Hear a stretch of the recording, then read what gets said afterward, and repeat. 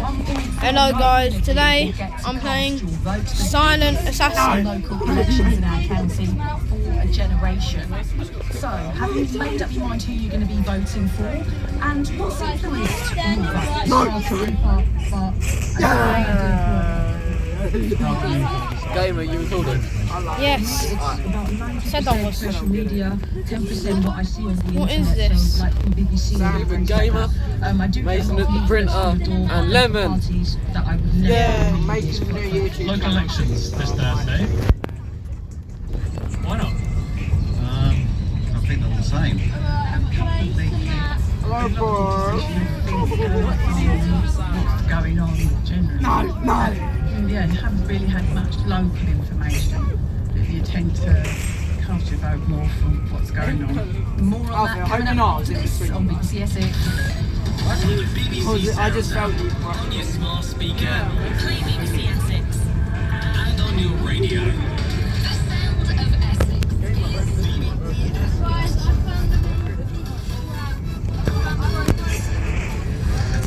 The latest BBC News for Essex. I'm Richard Smith. Residents in the village near Braintree are calling for action after work to build an unauthorised traveller's flight started at the permission.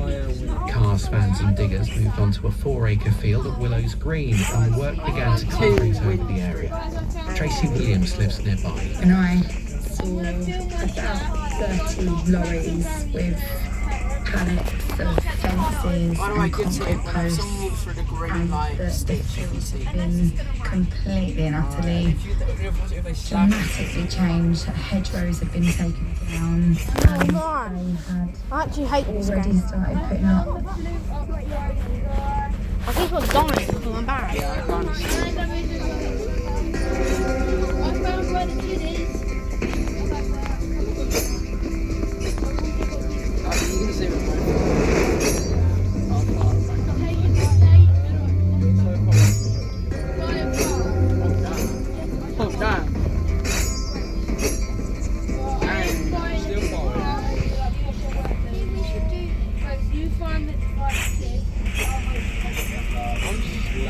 That's a free win streak. Shut up. No, your road's going good, but everything apart from the actual road. Myself, the rest of What did I do? Yeah! I'm just gonna kill the Military Standards Commission representatives also raised concerns with the Electoral Commission Where are you, Landon? considering information. President Trump says he's halting a US military operation to escort ships. I found him! No! Oh, I actually hate this. No! Spain has said it will let a cruise ship at the centre of a deadly outbreak of hantavirus travel to the Canary Islands. 3 passengers who were aboard the MV Hondius have died after it set sail from Argentina around the Free world. win streak. Now you've got Essex one. police have made a new appeal about the missing academic Victoria Barretto. It's believed she may have travelled from Brightlingsea to Bradwell by boat, and officers want people in Bradwell to check sheds and outbuildings for indications she may have sought shelter there. The force also says it's had some limited information about her bank transactions, indicating her cards have not been used. Because you moved once and then you stopped and I saw a little speck on the floor. Retired teacher has connected says she's spent the lists. Yeah.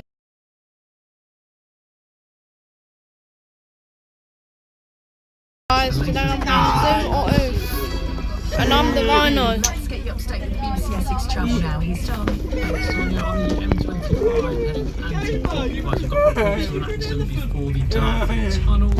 The traffic seems to be coping okay, but there is that issue at junction 1, so do keep an eye out for that. On the A127 heading westbound, there was an accident before Dunton. That's now been cleared and traffic is moving. What was that? On the M11 heading southbound though, through Chigwell, still got those usual short queues before the A406 North Circuit. Oh, you missed that. On the M11, public transport looking okay, can't spot any issues on C2C or on Greater Anglia. If you see something over and it's safe to update us, please do give us a call to let us know on 0800 That's the crocodile I was I've got it in my eyeball. More travel in half an hour. Crazy, wasting your old. Yeah, You know they get, the sticker gets a little card that says what animals are, right? Yeah. Maybe you could have been the rhino. That will be the bank that holiday. Anyone can be anything, but I'm Dookie. Doesn't matter, you can still see it across the map. Breakfast show. A little bit cloudier with the potential for some showers in the forecast today, as you just heard. Yeah, but you had it first. I think it's going to be sunnier tomorrow. We've been having some really interesting chats in the last hour of the show. We've been talking about the local elections. They are, of course, coming up soon. How many leaflets have you had through your door then? Maybe you had some of the potential candidates knocking on the door to talk about their party and their priorities for your area. No! Got your You're going to get involved. Heard earlier from a professor in the last hour saying turnout typically in the local elections 25 to 30%. And a lot of the time we are influenced in terms of how we vote on the national picture, not what's going on down the street. Is that true for you? We've also been talking about a survey, a bit of research out today saying 25% of us have still got our childhood telly. I see you. What have you got then? Where is it? Is it still on display? Is it on the bed? They're talking about in this research sentimental hoarding. So what have you hung on to? How did you get a missile to come out your gut?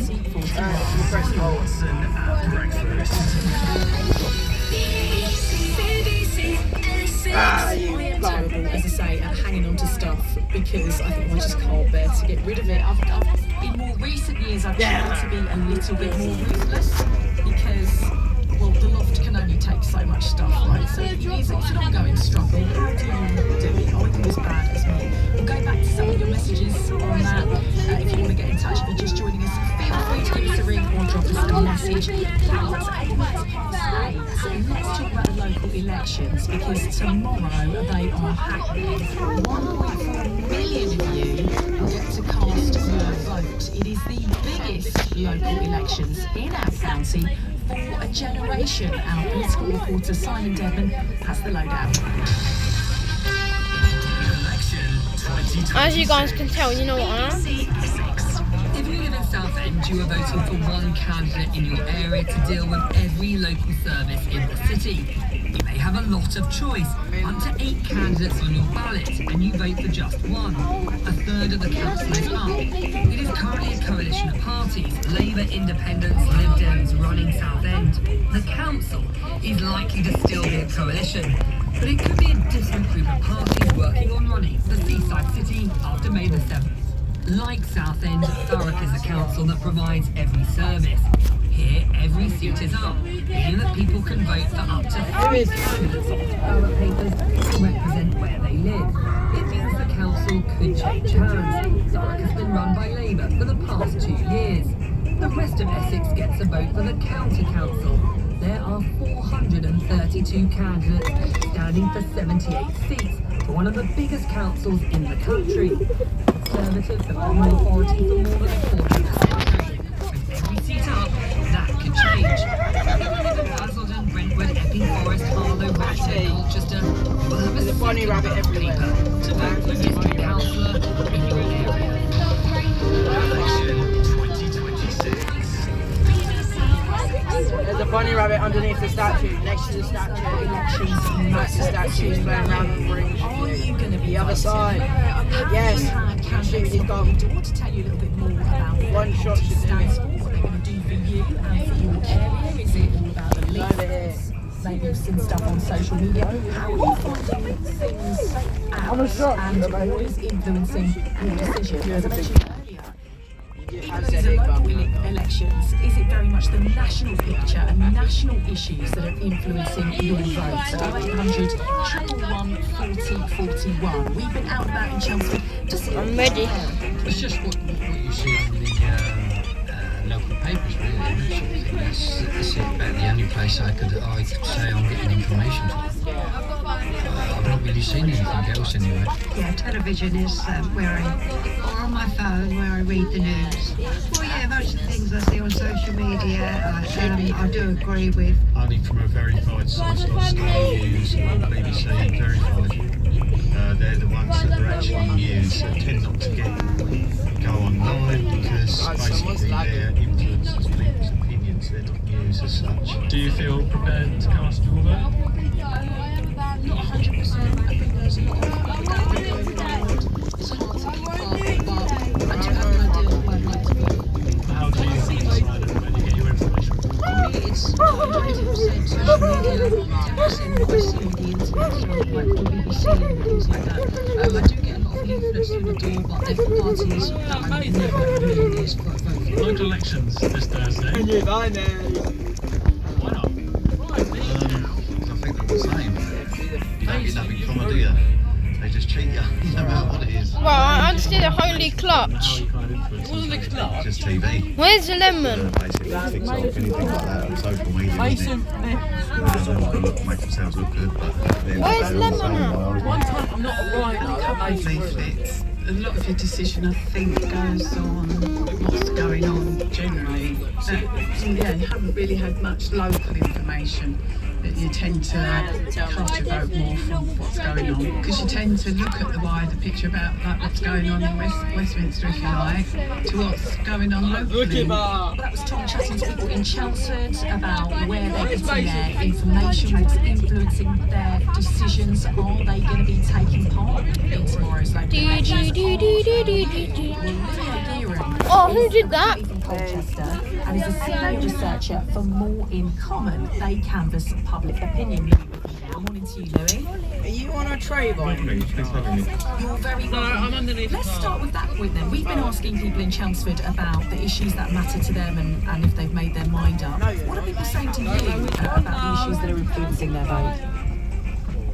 Yeah, it's really interesting because, as you say, these are local elections, so primarily people are voting for their local councils. And when we asked people how local issues are shaping their vote, we did a big poll across the London areas where people are voting tomorrow. That is it. Who's The left? number one answer was council tax. You're not under the cars, I've just shot everyone down. So that kind of reflects what we're hearing in focus groups as well. This, on the one hand, feeling that council tax rates are going up. And then also feeling like services aren't improving with that, or in some cases services are deteriorating. So there's this real dissatisfaction from a lot of people you speak to on a local level. But alongside that, we know that these elections, for many people, are also a chance to send a national message. And some of the other issues that come up when we ask people what will decide your vote are things like immigration, the cost of living, the NHS. Things that people know aren't under the control of their local council necessarily. Right. Send a big message to national politicians, and as we've heard, just there in Chelmsford, for a lot of people that message is one of real dissatisfaction with the political mainstream. Despite that, I was talking to Professor John Bolton last hour, and he was saying typically for local elections, you have 20. If I get zookeeper, I'm a strap. Turnout. Yeah, I know. He's got that thing you have to buy robots for. It's X-ray. There's a lot of strong feelings about local and national. It's whenever you press toll dissatisfaction, but that doesn't necessarily translate always in people putting a pen to paper and going to vote. It's one of the hardest things as a pollster to predict is whether people are actually going to vote. We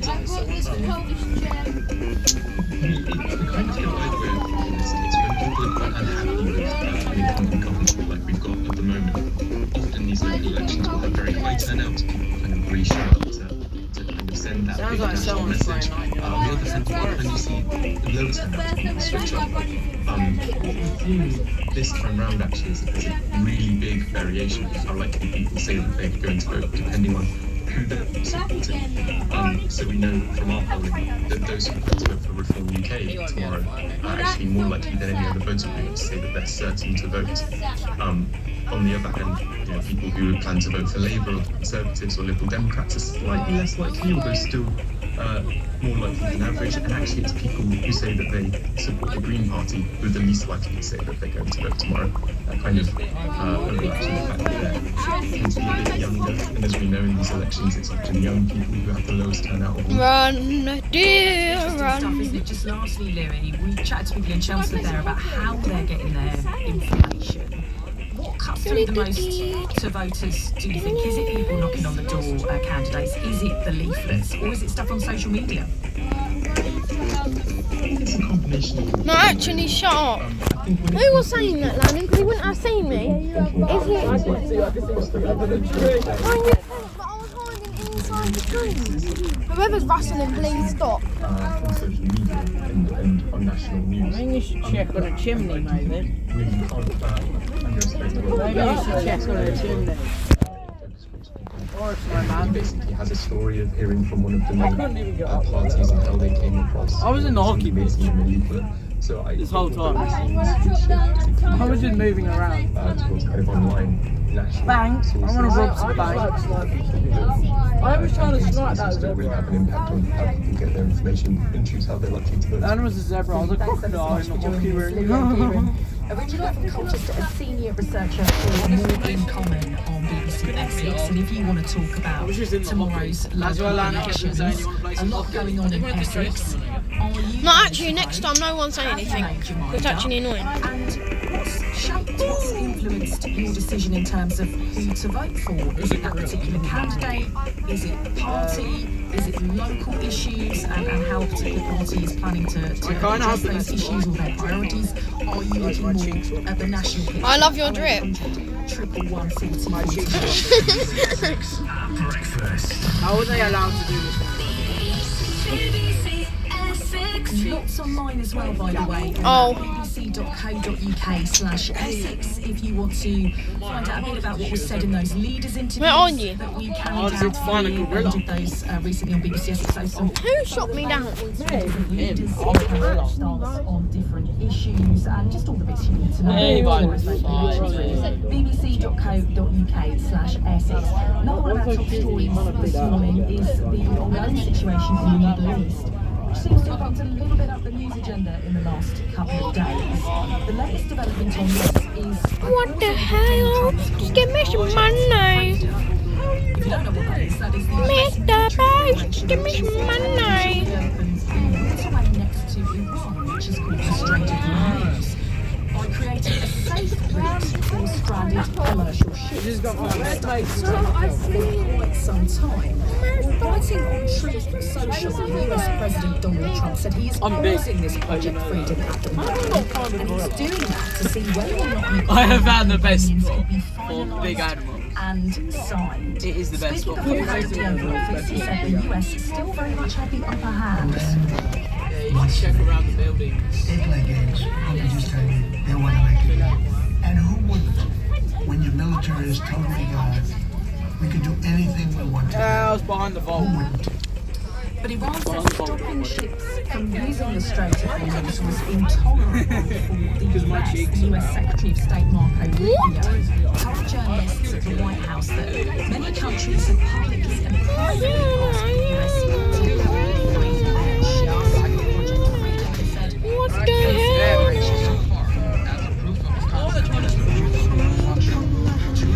Now let's go kung fu fighting. I want to be zookeeper.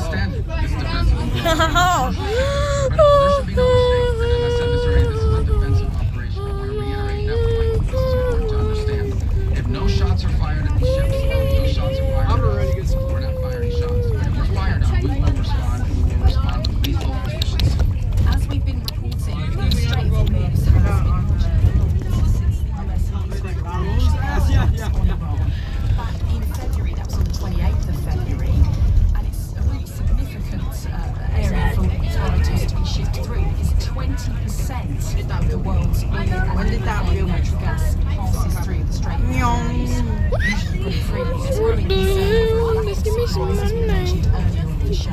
and the effects on sailors' physical and mental health have been stuck there for so long. There's actually a piece relating to that and how people are coping if they're stranded on BBC News online if you want to take a look at that. The US says there are more than 22,000 mariners on 1,550 commercial vessels that are trapped in the Gulf. As I mentioned, they've been trapped for some time. There is a live page on BBC News Online if you want to follow the very latest on that. It's 8:21. BBC Essex. Where's the last guy? There's a lot of new energy and good vibes in the group, so everyone's really excited. Every Wednesday evening, Around the Wicket brings you the latest cricket news, match highlights, and special guests. You have big eyes. Granny, how big eyes do you have? BBC's original dedicated county cricket show every Wednesday evening. Listen on BBC Sounds. Just There's a camera. There's a camera. BBC Essex. No. Good morning, it's Sonia here on the BBC Essex Breakfast Show. And on yesterday's show, we spoke Alright, a little bye bit, guys. didn't we, about the